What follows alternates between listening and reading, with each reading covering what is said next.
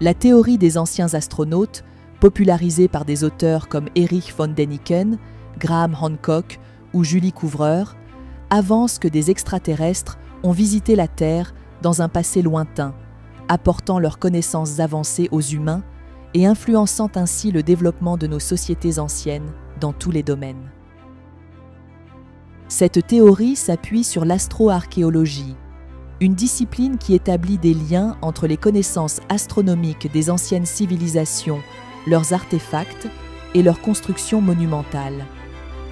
En examinant des sites archéologiques, ils mettent en avant des éléments pour lesquels les explications officielles des chercheurs conventionnels ne s'accordent pas avec ce qui est observé. La pyramide de Khéops en Égypte présente des précisions géométriques stupéfiantes. Sa taille, son poids et le nombre de pierres utilisées pour sa construction laissent supposer une technologie de pointe. Haute de 146,60 mètres, sa surface est de 5,29 hectares, soit l'équivalent de 7 terrains de football.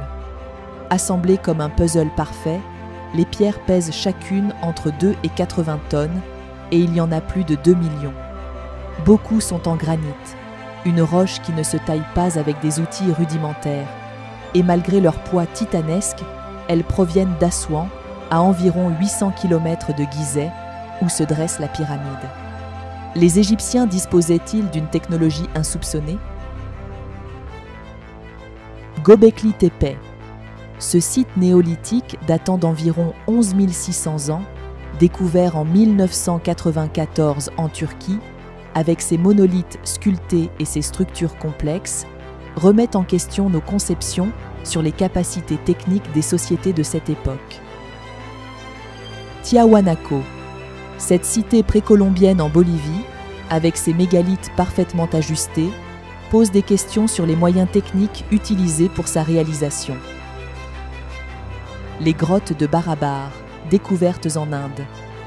La perfection de leur architecture épurée et la complexité pour réaliser de telles structures constituent quelque chose qui n'aurait pas dû exister à cette époque, car la science nécessaire pour les construire, les parois éprouvées au rugosimètre, semblant taillées au laser et défiant nos capacités actuelles de précision, impliquent une technologie que nous ne maîtrisons pas encore.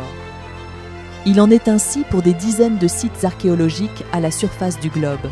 Forts de nos progrès technologiques et en comprenant que les auteurs des temps anciens manquaient de connaissances, la lecture des textes religieux anciens amène à reconsidérer l'origine des religions comme étant la narration de contacts entre des astronautes venus d'une autre planète et nos ancêtres primitifs. Joseph Blumrich, ingénieur allemand et astronaute qui a travaillé pour la NASA, est l'auteur du livre The Spaceships of Ezekiel, publié en 1974. Dans ce livre, Blumrich explique qu'en utilisant ses connaissances en ingénierie et en analysant 6 traductions différentes de la Bible, il apparaît que dans le livre d'Ézéchiel, où on trouve la description de la vision de la Merkaba, le chariot de Dieu. Il s'agit en réalité de la description d'un vaisseau spatial extraterrestre. Il a créé des dessins et des plans détaillés de ce vaisseau, suggérant que la technologie des constructeurs est bien supérieure à celle de l'humanité actuelle et que ces extraterrestres avaient une mission pacifique visant à transmettre des messages à Ézéchiel. Grâce à ces observations, il est aisé de comprendre que les grands prophètes étaient en fait des êtres contactés et missionnés par des extraterrestres. Ainsi, le 13 décembre 1973, Raël est contacté dans la campagne isolée française par le représentant d'une civilisation extraterrestre, lui expliquant que la vie sur Terre a été totalement créée par son peuple vivant sur une autre planète. Il nous observe discrètement depuis le début de notre existence.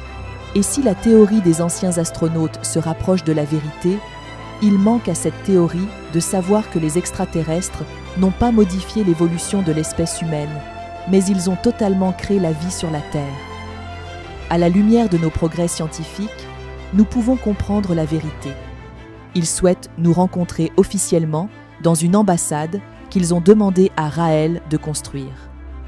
Pour en savoir plus, Téléchargez gratuitement le livre qui dit la vérité sur raël.org.